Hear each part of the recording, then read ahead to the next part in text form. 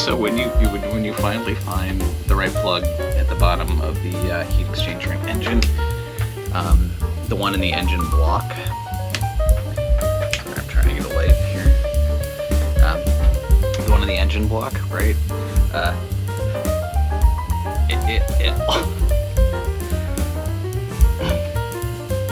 It all comes out, and I mean, like, quickly.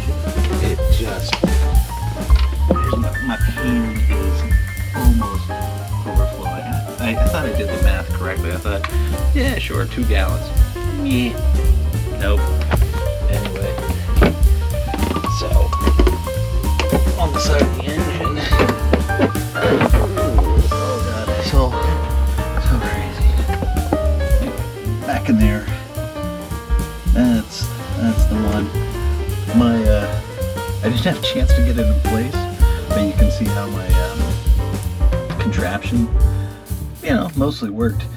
Mostly I just kind of stood here and blocked the flow with my hand because,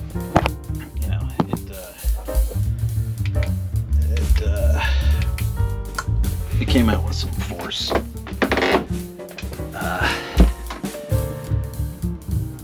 My physics brain must have not been working because I didn't think 2 gallons worth of downward force from the lowest point would have been, but it just, my arm is covered in it. It's kind of gross.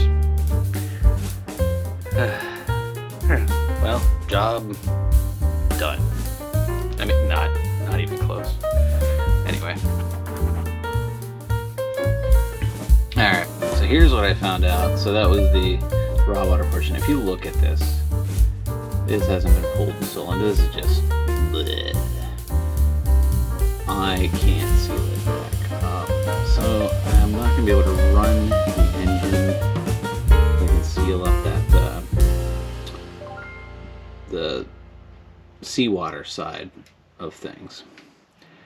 Because this is brass and I don't have anything like that. I have so many other things, believe me. I probably do to go in and find it, but you can see the edge of it disintegrated. Now I'm hoping, right here, like so, getting it to catch to screw back in, and it's one of those things, like I don't know that I want this. Imagine it rattling just slightly loose or chipping more and then losing it. I'd have to find some way of plugging that while the engine's running and pulling seawater through that. Nah. Little bits. But I'll see what's next. Okay, so it appears that the piece that I pulled off of the seawater, kind of what goes to the heat exchanger, right? Used to be, and I'm hopefully posting a picture of what it used to be. Kind of see how it's all chipped up around the edges. It's actually dissolved. It used to be an actual anode in the it's the crossover pipe that goes to the exhaust. Anyway, because it's seawater, there needs to be an anode because of the electrical current that can affect the engine parts of the fresh water. The coolant actually protects it in that side of the engine. Anyway, for now, not appropriate. Gasket, see if this works, and pretty much a standard metal drain bolt. That's what it is. It's a drain bolt that I got in the automotive section at hardware store.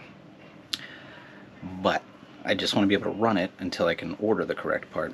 Stop by West Marine. It just doesn't seem to be the correct width. I don't know. I'm gonna go in and take another look at it. But for now, I just want to be able to run water through the engine and get this going. All right, here we go. Let's fire it up.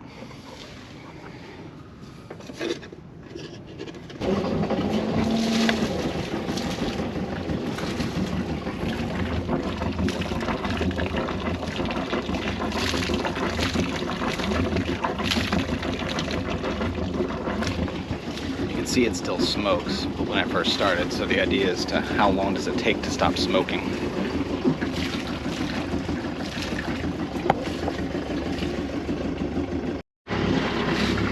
Alright, at about, where are we at?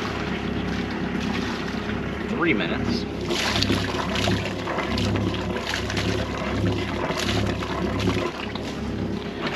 It's a little bit less.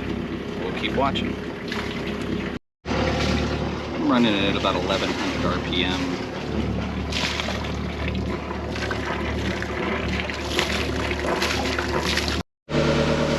Alright, so I'm going to check down below here. From the outside, she's sounding pretty good. Let's find out. Let's take a look.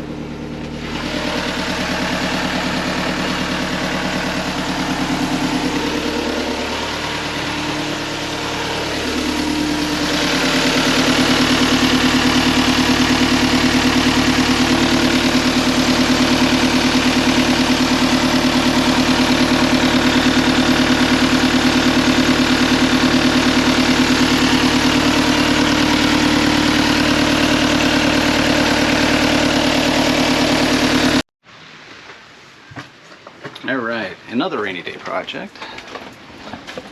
Pulled my compass off. Yes, there we go. Pulled it apart. And you gotta make sure to fish a line, because where that comes out, it is a total mess down here anyway. I mean, okay, not so bad. Just some stuff out. And tools. Anyway. I'll show you. So back in here, by the way, this is nicely kept. It's the, that's the pump for the refrigerator. Water pump. That one goes to the refrigerator. My hot water heater. My inverter. Charger. And the seawater strainer, and several seacocks. That's where that is for. So that back there, with the white little piece coming down, that is what I gotta get to. I love it, like a contortionist. Have to get somehow around the fuel fill hose, which goes over and around, because back in there, if you remember before, is where my fuel tank is.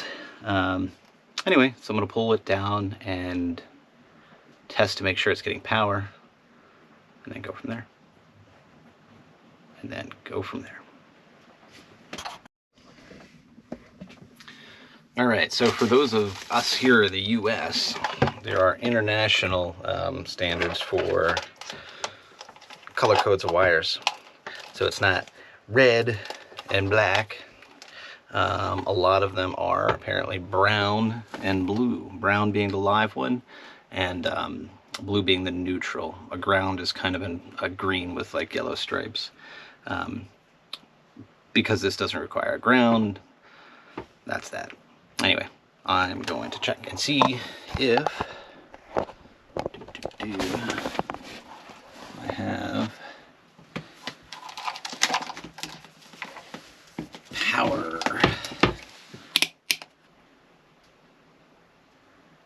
I'm getting nothing. Not a thing. Okay. Cool. Great.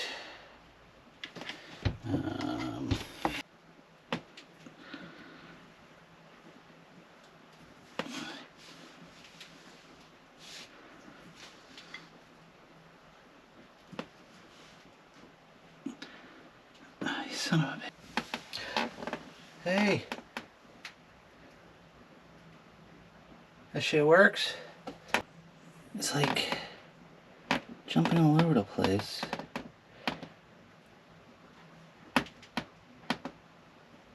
We're getting it. power to those cables. So now I need extra cable. All right, so I've added a little bit of extra line here, and I've got the finder rope, the snake cable, the whatever you want to call it, hooked up.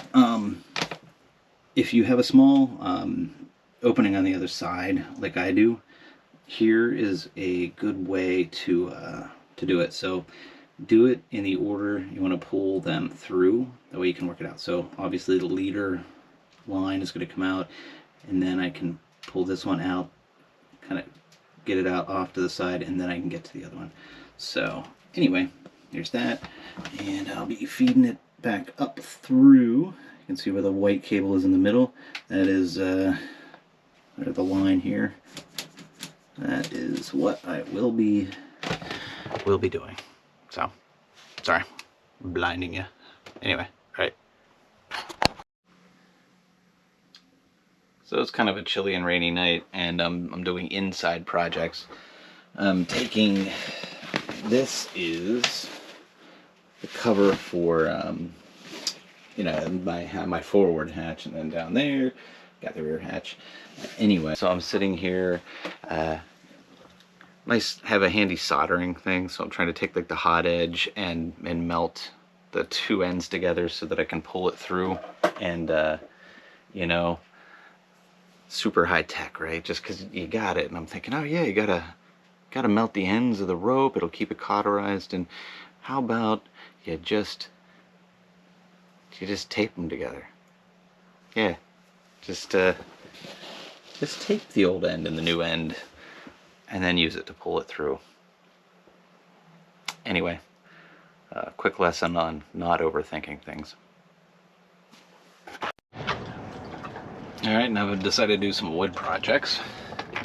This has needed sanded down for a while, so I've started chipping away at it, sanding.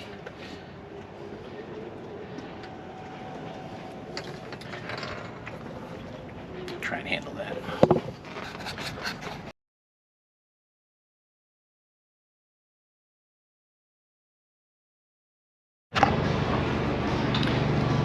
So I did a bit of varnish work so far.